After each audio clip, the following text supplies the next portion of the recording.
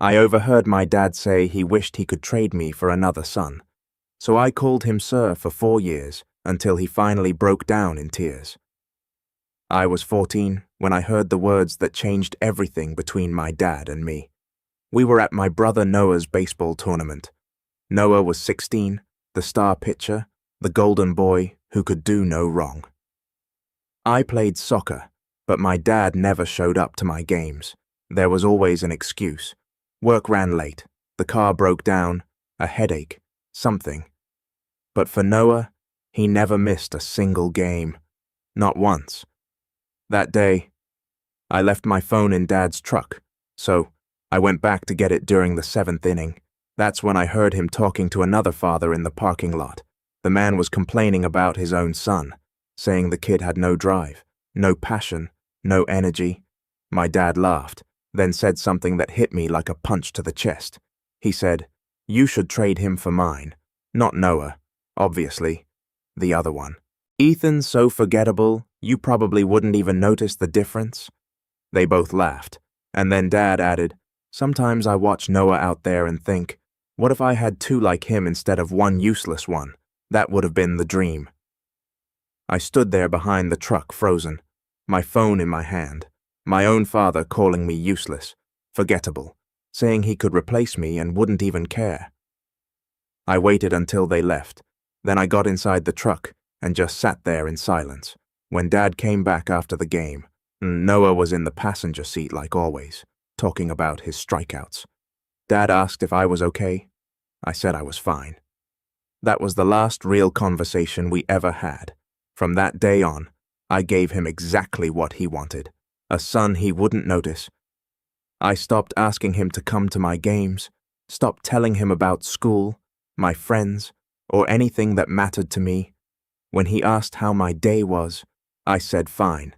When he tried to start a conversation, I answered with 1 word and left the room. At first, he didn't notice. He was too busy living through Noah's victories. But a few months later, something shifted. He started knocking on my door at night, asking if I wanted to shoot hoops in the driveway. I told him I had homework. He'd ask if I wanted to grab burgers after practice. I said I wasn't hungry. He'd try to ask about soccer season. I'd tell him it was fine and walk away. Noah caught on before Dad did. One evening, he pulled me aside and asked why I was acting weird with him and Dad. I told him I wasn't acting weird. I was just giving Dad what he clearly wanted, 1 less son to worry about. He didn't understand, but he didn't push it either. By the time I turned 16, Dad was trying harder. He started showing up at my games unannounced, standing quietly on the sidelines, waving when I looked his way. But when I saw him there, I felt nothing. Not anger, not pride, not even relief, just emptiness.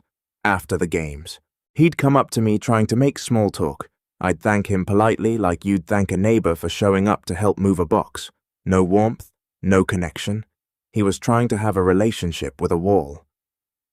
The breaking point came last month at Noah's graduation party. Dad stood up to give a toast. He talked about how proud he was of his family, of both his sons. He looked straight at me and said, "Ethan, I know I haven't always been there for you the way I should have been, but I want you to know I'm proud of the man you're becoming." I stared at him, my face completely blank, and said, "Thank you, sir." The room went quiet. He froze. Mom stared at me. Noah's smile faded. I didn't care. After the party, Dad cornered me in the kitchen. He said we needed to talk, that something was wrong between us, that he missed his son. I looked him straight in the eyes and said, "I don't know what you mean.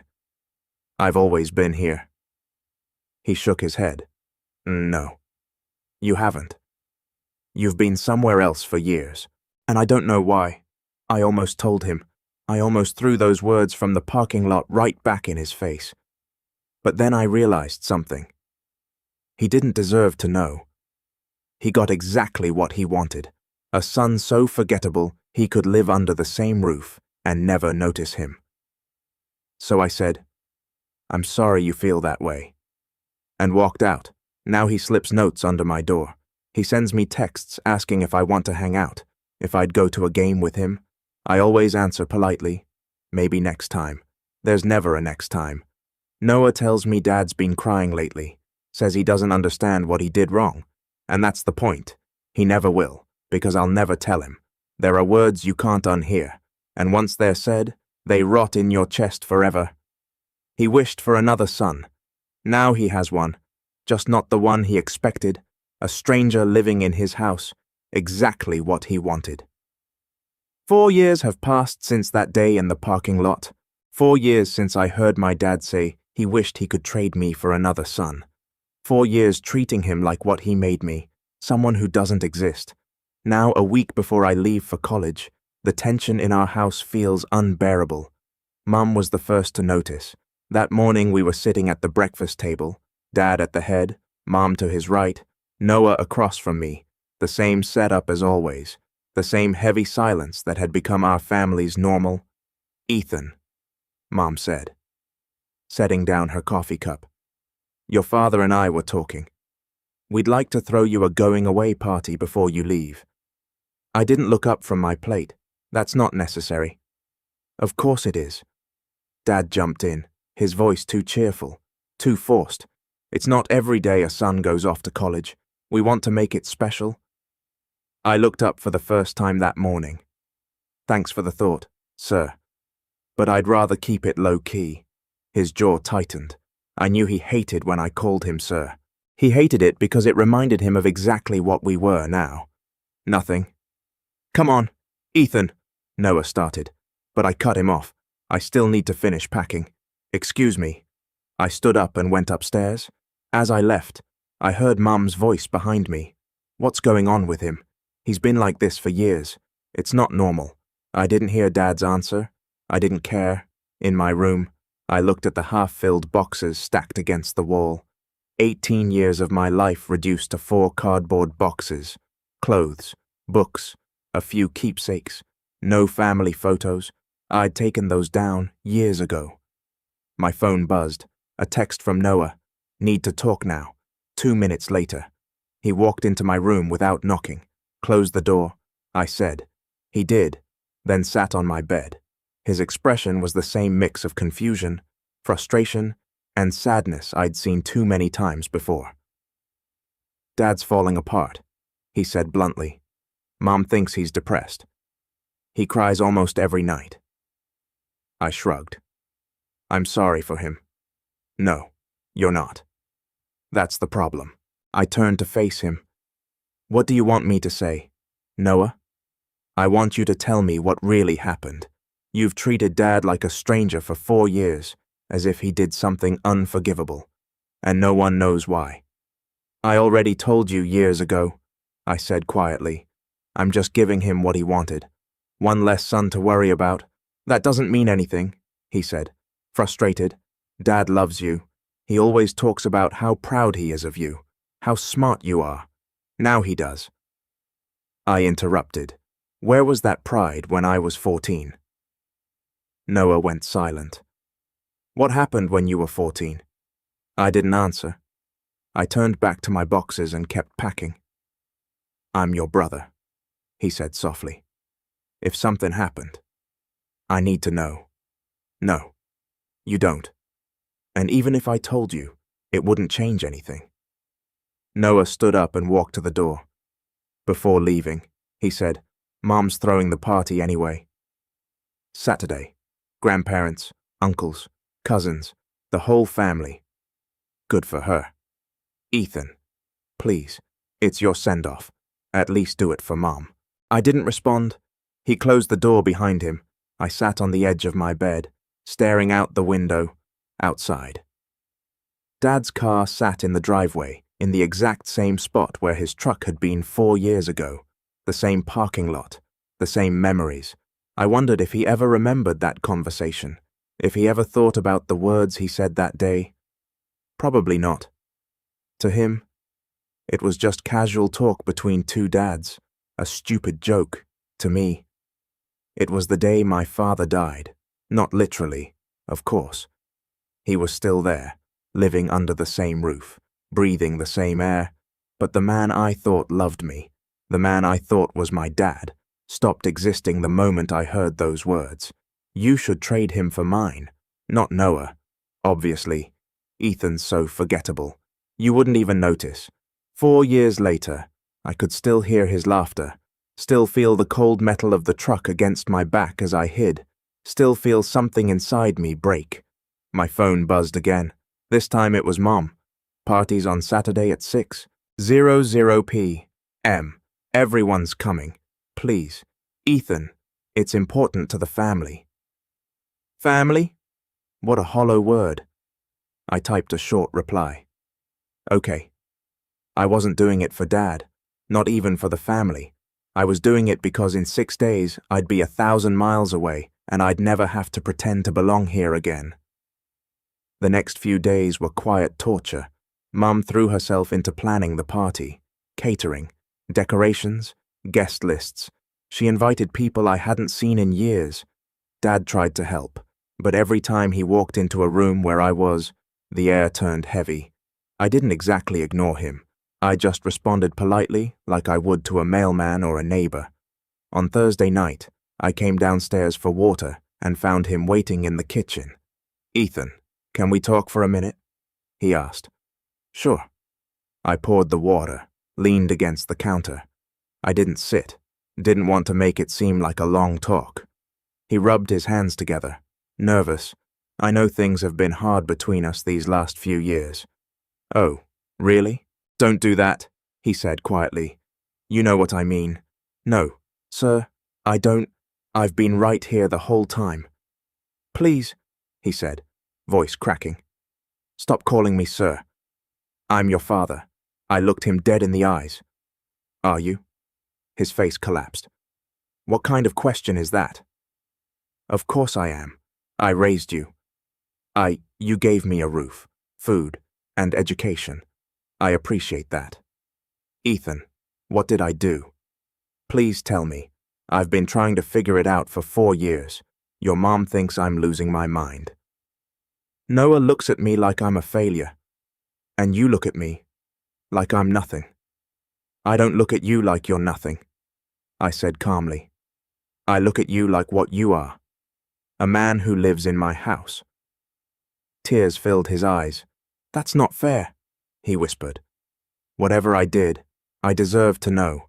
I deserve the chance to make it right. Some things don't have a fix, I said. Everything can be fixed if there's love, he said. And I love you. Ethan. I've always loved you. I almost laughed. Almost. Good night, sir. I walked past him and up the stairs without looking back. The next day, Mom asked if I could go with her to pick up a few last things for the party. I said yes, mostly because I needed to get out of that house. We drove in silence for a while. The afternoon sun burned through the windshield, and the hum of the car was the only sound between us. Then she spoke. Your father loves you. You know that, right? I kept my eyes on the road ahead. Sure. Ethan, look at me. I didn't. Ethan. I sighed and turned my head slightly. What? What happened between you and your dad? And don't say nothing. I've watched this family fall apart for years, and no one tells me why. Nothing happened. Mom, I just grew up. Growing up doesn't make you treat your father like a stranger. It doesn't make you refuse to spend time with him. It doesn't make you call him sir. I didn't answer. You were 14 when everything changed, she continued, her voice trembling now. One day you were a normal kid who wanted your dad's attention. The next it was like someone flipped a switch. What happened that day? I don't remember. You're lying. I clenched my jaw. No, I'm not. Don't do that, she said, her voice firm. I'm your mother. I carried you for 9 months. I know when you're hiding something. The car stopped at a red light. She turned to face me, eyes locked on mine. Noah told me you once said you were giving your dad what he wanted. What does that mean? My throat tightened. Nothing. Ethan, please. You're leaving for college in a few days. I might not see you for months. I need to understand before you go. The light turned green. She didn't move. "Mom," I said quietly. "The light?" "I don't care about the light," she said, tears in her eyes. "I care about my son." A horn blared behind us. She didn't flinch. "Talk to me." "There's nothing to say." Another horn. She finally drove forward, but her expression stayed the same, determined, desperate. "I'm going to find out what happened," she said. "With or without your help." I didn't say another word for the rest of the ride, but for the first time in years, I felt something close to fear. Not because of my father, but because of what would happen when my mother finally learned the truth about him. Saturday came too fast. By 5:00 in the afternoon, the house was full of family, uncles, aunts, cousins, grandparents, people I hadn't seen in years. I wore a blue shirt Mom had bought for the occasion, combed my hair, and stared at myself in the mirror. The reflection that looked back at me was a stranger, an 18-year-old with empty eyes and a practiced smile, forgettable, just like Dad wanted. When I went downstairs, the room filled with voices. "Ethan, look at you, college boy now, so proud of you. Your dad must be over the moon." I nodded, smiled, said thank you, every word rehearsed, every expression controlled. Dad stood in the middle of the room talking to my grandfather. When he saw me coming down the stairs, his face lit up with a hope that almost made me pity him. "Ethan," he said, "come here. Your grandpa wants to congratulate you." I walked over calmly. "Hi, Grandpa." "Look at you," Grandpa said, "all grown up. Your dad never stops talking about you." I glanced at Dad. "That's nice of him." Grandpa frowned at my tone, but said nothing. Dad put a hand on my shoulder. I didn't move.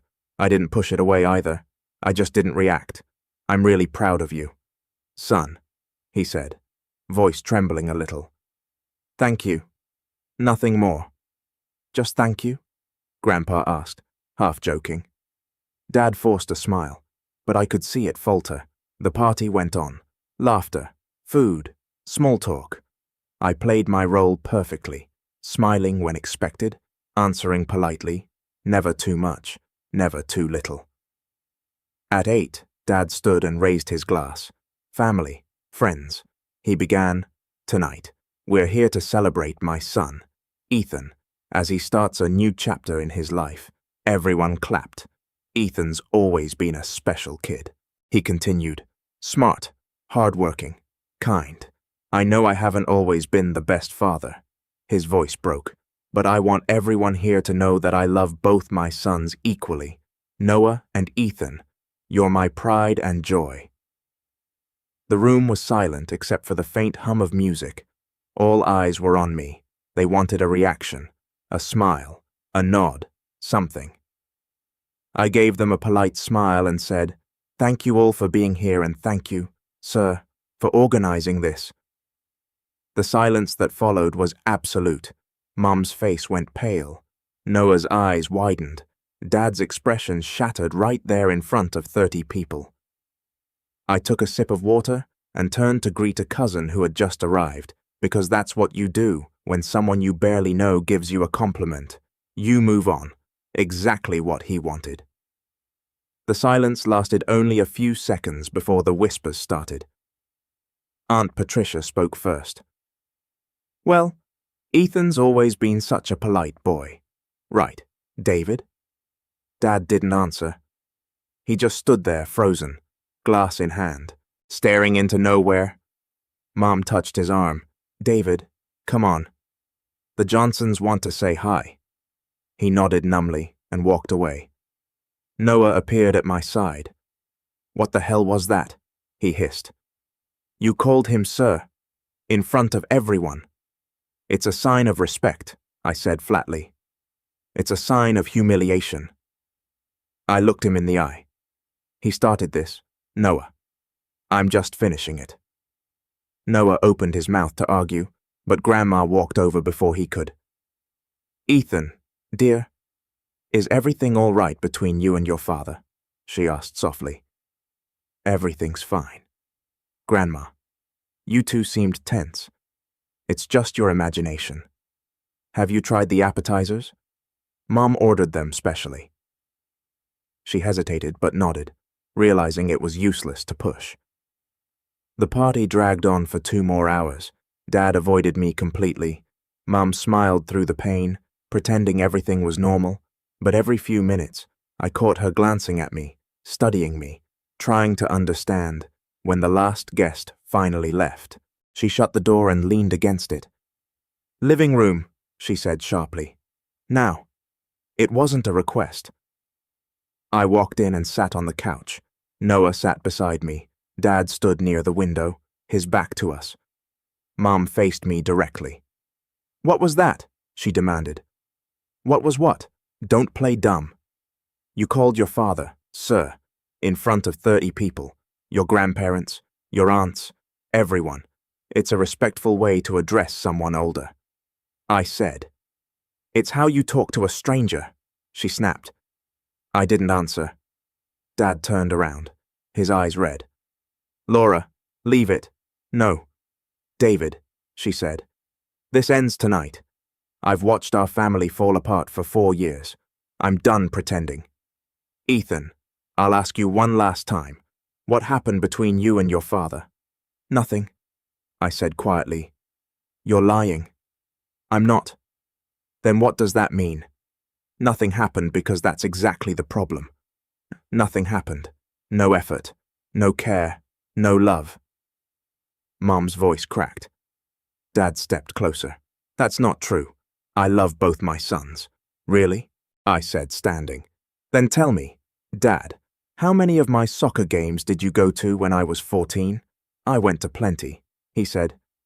"How many exactly?" He hesitated. "I don't remember." "0. I said. "You went to 0. And how many of Noah's baseball games did you miss that same year?" He didn't answer. "None." I said, "For him, you didn't miss a single one." "Ethan, I was working a lot back then. There was always time for Noah. Always." Mom looked between us, her face full of confusion and hurt. "So, this is about the games." "It's not just that," I said. "Then what is it?"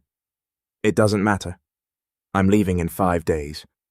After that, you don't have to worry about me anymore." "Sit down," Mom said firmly. Something in her tone made me obey. She turned to Dad. "Think, David, is there anything you said or did when Ethan was 14 that might have hurt him?" He ran a hand over his face. "Laura, it's been 4 years. I can't remember every conversation." "Think harder." He sighed. "No arguments, no punishments, nothing out of the ordinary." Noah spoke quietly. "It was during my baseball regionals. Ethan once mentioned something happened that day." Dad frowned. "Regionals?" "We won that tournament. It was one of the best days of—" He stopped. His eyes went blank for a second, then clouded with something darker. Recognition. Guilt. "What is it?" Mom asked. "Nothing," he said too quickly. "David," she warned. I said, "It's nothing." I stood. "Of course, it's nothing. It was just a joke between dads, right?" Dad went pale. "Ethan, good night." I walked upstairs without looking back. I sat on the floor of my room, back against the wall, trying to slow my breathing. Downstairs, I could still hear their voices, Mom demanding answers, Dad dodging them, Noah trying to play peacemaker. After 20 minutes, footsteps came up the stairs. 3 quiet knocks. "Ethan," Mom's voice. "Open the door. I'm tired. Either you open it or I will." I sighed, stood up, and opened the door. She stepped in, closed it behind her, and sat on my bed. Her eyes were red. "Did your father remember something?" I didn't respond. He said he's not sure that he might be confusing things, but he remembered having a conversation with another dad that day during the tournament. My chest tightened. He wouldn't tell me what it was about. She continued softly. "He got nervous, almost started crying. Ethan, I need you to tell me what you heard that day. Why? Because I'm your mother. Because I love you. And if your father said something so terrible that it destroyed the bond between you two, I deserve to know. I stared at her for a long moment, 4 years of silence pressed against my throat. You really want to know? I asked. Yes, she whispered, even if it changes everything. The truth doesn't destroy Ethan, she said. It frees. I sat down in the chair across from her. That day, I began slowly. During the 7th inning, I went to Dad's truck to get my phone. I heard him talking to another man in the parking lot. She nodded, waiting. The guy was complaining about his son, said he was lazy, unmotivated. Dad laughed and said he should trade him for his own. Mum blinked. What? He said. You should trade him for mine. Not Noah, obviously. The other one. Ethan's so forgettable. You probably wouldn't even notice. The color drained from her face. He also said, sometimes he looks at Noah and wonders what it would have been like to have 2 sons like him instead of one useless one. Mom didn't move, didn't even blink. They both laughed, I said quietly, like it was the funniest thing they'd ever heard. Silence filled the room so thick I could hear my heartbeat. So since that day, I continued, I gave him what he wanted, a forgettable son, one he wouldn't notice. Mum covered her mouth with her hand. Tears slid down her cheeks. 4 years? She whispered. You carried that alone for 4 years? I didn't have a choice. You could have told me. For what? It wouldn't have changed what he said or what he thought of me. She stood abruptly. I'm talking to your father. Don't, I said firmly. Ethan, this can't just... It already did 4 years ago. The only thing left to decide is what you'll do with the truth. She stared at me for a long moment, breathing hard. Then she turned and left the room. I listened to her footsteps going down the stairs, then the silence before the storm. 10 minutes later, the shouting began. How could you say something like that about your own son? Laura, it was a stupid joke. 2 men talking, that's all. A joke. You called him useless, forgettable. You laughed about it. I don't even remember saying it that way. Oh, now you don't remember. You conveniently forget the moment that broke your child. Keep your voice down. Ethan can hear us. Good. Let him hear how his father tries to minimize what he did. A door slammed, then silence again. I stayed awake until after 3:00 in the morning. At 7:00, there was another knock. Ethan, it's Noah. I opened the door. He looked awful. Dark circles under his eyes. Messy hair. Mom told me everything, he said quietly. I didn't answer. Why didn't you ever tell me? What would you have done? I don't know. Talked to him. Called him out. Something. And then what? You think that would have changed anything? Noah sat on the edge of my bed, shaking his head. When you said you were giving Dad what he wanted, I thought you were just being dramatic. I didn't realize it's not your fault. I said, you were 16. This isn't on you. He swallowed hard. Dad didn't sleep here last night. Mom kicked him out. He's staying at a hotel where he belongs. She said she needed time to process everything. And you? I asked. I think he made a horrible mistake, Noah said. I think he should have apologized years ago, but I also think he deserves the chance to do it now, even if it's late. Some apologies don't mean anything. Noah. Why not? Because some words can't be undone. He can say he's sorry 1,000 times. It won't change what I heard that day. It won't change what he really thought of me. You don't know what he really thought, Noah said softly. Yeah, I said. I do. Nobody jokes like that unless there's truth behind it. He didn't respond. I went downstairs an hour later. Mum sat in the kitchen staring at a cup of cold coffee. She hadn't slept either. Good morning, I said. Sit down. I sat across from her. Ethan, I need you to be honest with me. Is there anything else? Anything else he said or did that I don't know about? I shook my head. No, that was enough. She nodded slowly, then reached under the table and pulled out a small notebook. I found this in your old room, she said quietly. Your journal. My stomach turned. You read my diary. Only one page, she said, her voice breaking. The one you marked? She opened it and slid it across the table. I recognized my 14-year-old handwriting. Today I heard Dad say he wishes he could trade me for another son. He said I'm useless and forgettable. He laughed while saying it. The other man laughed too. I don't think Dad ever really loved me. Starting today, I'll give him what he wants. I'll be invisible. If he doesn't want me as a son, then I won't act like one. Mum's tears hit the paper. You were just a kid, she whispered. 14 years old. I didn't look at her. Why didn't you tell me? Because I knew what you'd say. You'd tell me he didn't mean it, that he was joking, that I should forgive him, that he loves me deep down. She didn't deny it, just lowered her head. I probably would have said that, she admitted, and that would have been wrong. She took a shaky breath and stood up. He called this morning. He wants to come talk. I don't want to see him. Ethan, you leave in 4 days. Then he can wait 4 days. You can't avoid this forever. Watch me. I went upstairs before she could say another word, from my room. I heard the front door open a few minutes later. Dad's voice rough and tired. Laura, please. I need to talk to him. He doesn't want to see you. Just 5 minutes. David, I can't even process what you said. How could you talk like that about your own son? It was stupid. I was trying to fit in, make a joke. I didn't think that's the problem. You never think when it comes to him. I need to see him, Dad pleaded. I need to apologize. An apology won't fix 4 years of damage. I know, but I have to try. Footsteps on the stairs, 3 knocks on my door. Ethan, his voice soft, trembling. Please open up.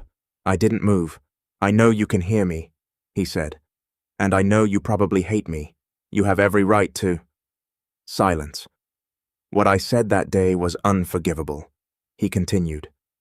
There's no excuse, no explanation that makes it better.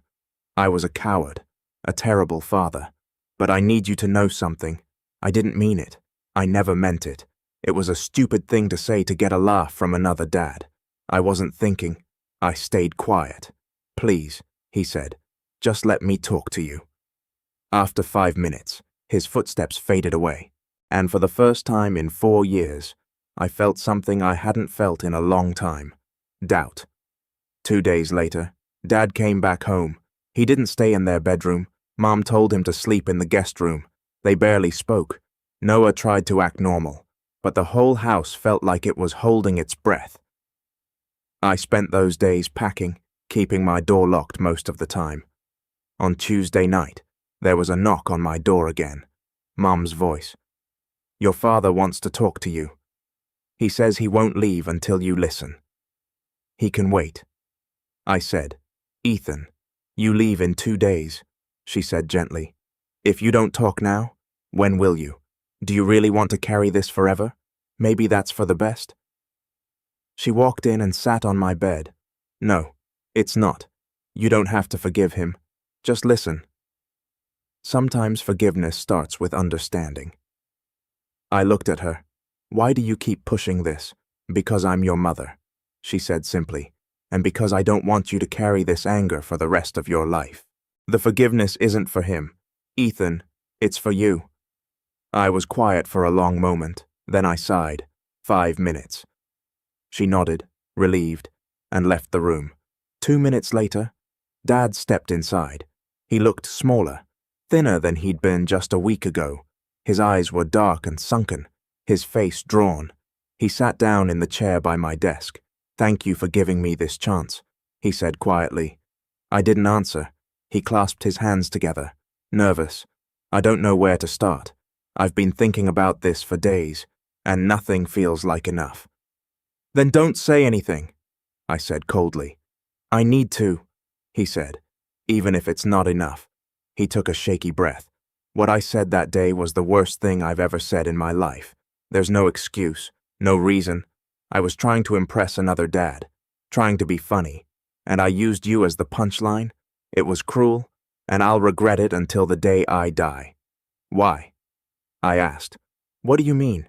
Why did you say it? Why me? Why not Noah? He looked down at his hands.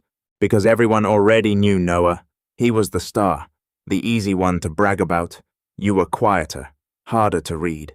And instead of trying to connect with you, I made the coward's choice. I mocked you to make myself feel comfortable. So, you humiliated your own son to fit in? I said. He nodded slowly. I was insecure, weak, and stupid. I didn't think about how it would sound, or how it would feel if you ever heard it. I thought it was just words. It wasn't just words, I said quietly. It was everything. I know, he said, tears welling in his eyes. And I know I can't take it back. You didn't even remember. I said. Mum had to drag it out of you. That's not true, he said quickly. I remembered the second Noah mentioned the tournament, but I was terrified to admit it because I knew it was the reason you stopped talking to me.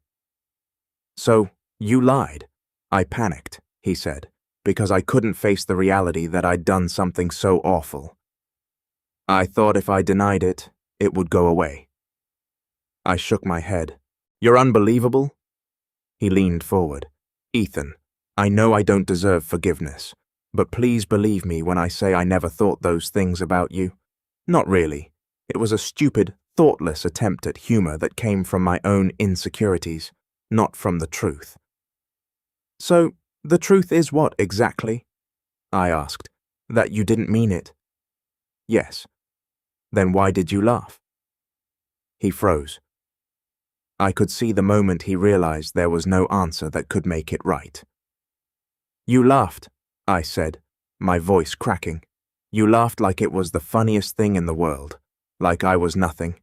That laugh still echoes in my head every time I think about you. He wiped his eyes with the back of his hand. You're right, I laughed, and that's what makes it worse because I can't undo that moment. I can't take away the way it made you feel. All I can do is own it and promise that I'll never let anything like that happen again. I stood and walked to the window. You think a promise changes anything? No, he said quietly, but maybe time will if you let it. I turned back toward him. Why should I? You had time. 4 years of it. He nodded slowly. I know. And every single day, I hoped you'd give me another chance. But you shouldn't have had to be the one to fix it. That was my job. I failed you. Ethan. He stood hesitant. I can't ask you to forgive me, but I can ask for one thing. What? The chance to prove I can be better. Not today, not tomorrow, just someday. Let me show you that I can be the father I should have been. I didn't answer. He took a step toward me. Please. I felt my chest tighten. Do you even understand what you did to me? Yes, he said softly. You stopped being my son the moment I made you feel like you weren't wanted, and that's something I'll live with for the rest of my life. Then why are you here? Because I don't want that to be the end of our story. We stood there in silence. His eyes were glassy, full of shame and something that looked like real regret. Can I hug you? He asked finally. I didn't say yes, but I didn't say no either. He took a cautious step forward, then another. When his arms went around me, I froze. Then something inside me cracked and I let it happen. For the first time in 4 years, I let my father hold me, and I cried. I cried for the 14-year-old boy who heard those words in a parking lot. I cried for all the years I'd spent trying not to feel anything. I cried because I didn't know if forgiveness was possible, but at least now he finally understood what he destroyed. When we finally stepped apart, the room was silent again. This doesn't mean everything's fine, I said quietly. I know. I don't know if it ever will be. I understand. I wiped my eyes, but I'll try not to hate you. He nodded slowly.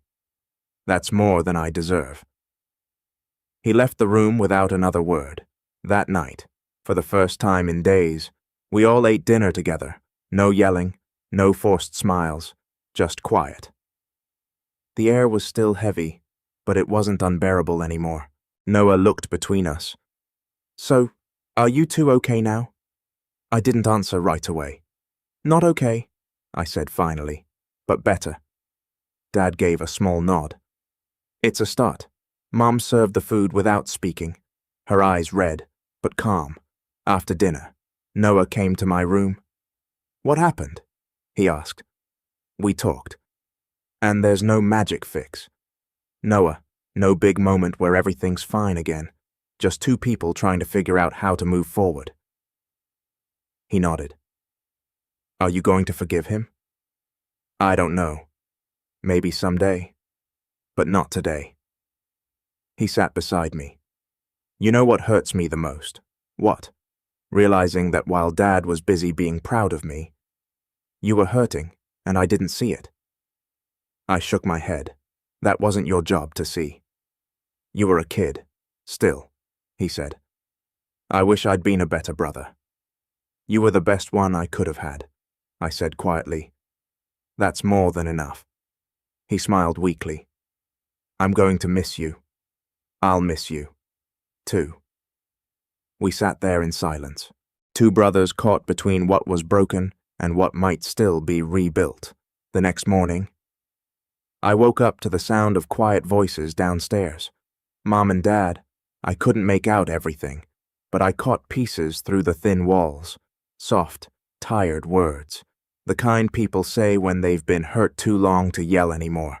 By the time I went downstairs, Noah was already in the living room. They've been talking for hours, he whispered. Mom told me not to interrupt.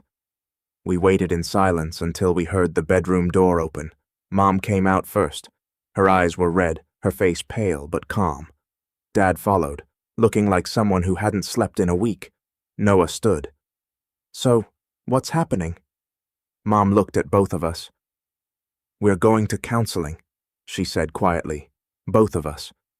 And your father's going to therapy on his own, too.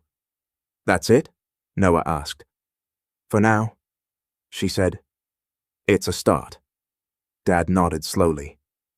We have a lot to work through. Then he turned to me. And when you're ready, Ethan, I'd like to go to therapy with you, too. If you ever want that, I don't know when that'll be, I said honestly. There's no rush, he said softly. I'll be here whenever you decide. 2 days later, it was time for me to leave for college. My suitcases sat by the front door, and Noah's car waited outside to take me to the airport. Mom hugged me first, her arms wrapped tight around my shoulders, like she was afraid to let go. Call me when you land, she said, her voice breaking. Every week. I don't care how busy you are. I will, I said. She wiped her eyes. I love you, Ethan, more than anything in the world. I love you, too. Mum. She smiled faintly and stepped back. Dad approached next, hesitant. Can I? I nodded. He hugged me. Not too tight, not too long, just enough. It wasn't dramatic. It wasn't awkward. It just was. I'm going to do better, he whispered. You don't have to believe me. Just watch. Don't promise. I said quietly. Just do it. He nodded, eyes glassy. I will. When we pulled apart, I saw something in his face I hadn't seen in years. Determination may be real this time. Goodbye. Dad, I said. It was the first time I'd called him that since the parking lot. He froze for half a second, then smiled, his voice shaking. Goodbye, son.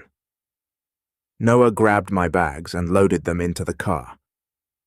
He didn't say much until we were halfway to the airport. How are you feeling? He asked. Strange, I said. Relieved, sad, exhausted.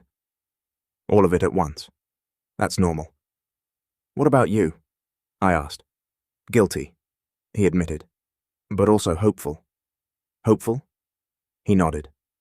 For the first time in years, I think we might actually become a real family. Not perfect, just real. That depends on Dad, I said. I know, he said. But I think he's serious this time. When we reached the airport, Noah parked the car and got out to help with my luggage. He pulled me into a hug. Take care of yourself, man. You, too. He smiled. And hey, don't be too hard on him. He's trying.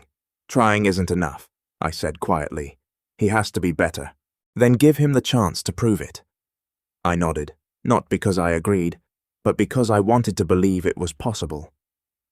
I waved one last time before walking into the terminal. I didn't look back. The flight was 3 hours. I spent most of it staring out the window, thinking about the last few days. The truth had finally come out. The family had cracked apart, then started slowly to rebuild. Dad had said he was sorry, and I had said goodbye.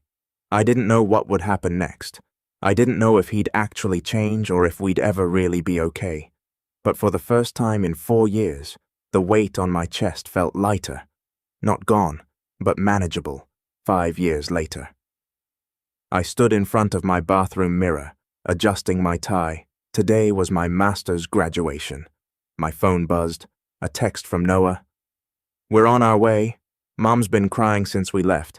Dad had to pull over twice so she could calm down. I smiled. 5 years.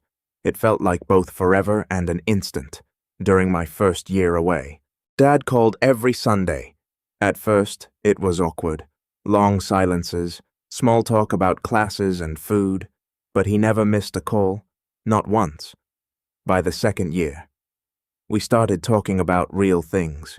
He told me about therapy, about what he was learning, how he'd spent years hiding behind work, and Noah's success, because it made him feel like he mattered. My therapist says, I used Noah's achievements to cover my own failures. He admitted one night, and I pushed you away because you reminded me of myself. Quiet, uncertain, scared of not being good enough. I should have protected that in you, not punished it. That conversation changed something between us. It wasn't forgiveness, not yet, but it was understanding. By the 3rd year, he came to visit me alone. We spent a weekend together, watched a soccer game, ate cheap diner food, talked until midnight. At one point, he said, Do you remember when you used to ask me to come to your matches? Yeah, I said. Every time I said no. I told myself it didn't matter, that you'd understand, that there'd be other games. But there weren't, were there? No, I said quietly. There weren't. He nodded. When I finally started showing up, it was already too late. It wasn't too late, I told him. You were just late. He looked up, confused. There's a difference, I said. Too late means you missed your chance. Being late means you still have one. That night, for the first time. I felt like maybe I really had a dad again. Not the one I imagined when I was a kid, not the one who broke me when I was 14, but a man, flawed, human, trying to make things right. At Christmas during my 4th year, I finally went home. We had dinner together, me, Mom, Noah, and Dad, for the first time in forever. He didn't talk only about Noah. He asked about my projects, my friends, my future, and he listened. After dinner, he pulled me aside and handed me a small box. Inside was an old scratched watch. It was my father's. He said, He gave it to me when I graduated college. I was going to give it to Noah, but you don't have to. Yes, I do, he said, smiling sadly. Noah has plenty of memories with me. Trophies, photos, all the games I went to. You don't, and that's my fault. This is just something that's yours. I looked down at the watch. This doesn't erase what happened. I know, he said softly. But maybe it reminds you that I never stopped loving you, even when I didn't know how to show it. I put the watch on that night. I still wear it every day. Now, standing in front of the mirror 5 years later. I adjusted the same watch on my wrist. 5 years of therapy, forgiveness, and slow rebuilding. We weren't perfect. Maybe we never would be. But we were walking forward together. The doorbell rang. I opened it to see Mom first, eyes already shiny with tears. "My baby," she cried, hugging me tight. "Look at you. Mom, you saw me 3 months ago." "3 months is a long time," she said, laughing through the tears. Noah walked in behind her, grinning. "Congratulations. Man, officially a genius." "Not yet," I said. "Still got to walk the stage." Then, Dad appeared in the doorway. He didn't rush in. He just stood there for a second looking at me. "I'm proud of you," he said quietly. "Thanks." "Dad?" I said it wasn't the first time he'd said it, but every time he did, it meant something new. The ceremony was long. Names, speeches, applause. When they called mine, I looked up into the stands. Mom was crying again. Noah was filming. And Dad was standing, clapping, tears streaming down his face. For a moment, I thought of that boy, 14 years old, hiding behind a truck, hearing his father say he was forgettable. That boy had built walls, turned pain into silence, and taught himself to stop caring. But he wasn't me anymore. Now there was just a man who understood something simple but true. People can change, not always, not easily, but they can try. And sometimes that's enough. After the ceremony, we went out for pizza, nothing fancy, just the four of us. Mom asked, "So what's next? You have job offers yet?" 3. I said, "One here, one in New York, one back home." Dad looked up. "Back home?" "Yeah," I said, smiling slightly. "A local company offered me a position. Are you considering it?" I met his eyes. "Yeah, I am." He didn't say anything, just smiled. Not big, not dramatic, just small and real. But I saw it that night, after they left for their hotel. I stood by my apartment window, looking out at the city lights. 5 years ago. I'd left home, believing I'd never go back, believing my father would always be a stranger. I was wrong. The pain was real. The scars would never fully disappear, but I'd learned something. The future isn't written by what someone once said. It's written by what they choose to do afterward. My phone buzzed. A text from Dad. "Thank you for letting us be part of today. It means more than I can say. I love you. Son." I typed back 3 words. "I love you, too."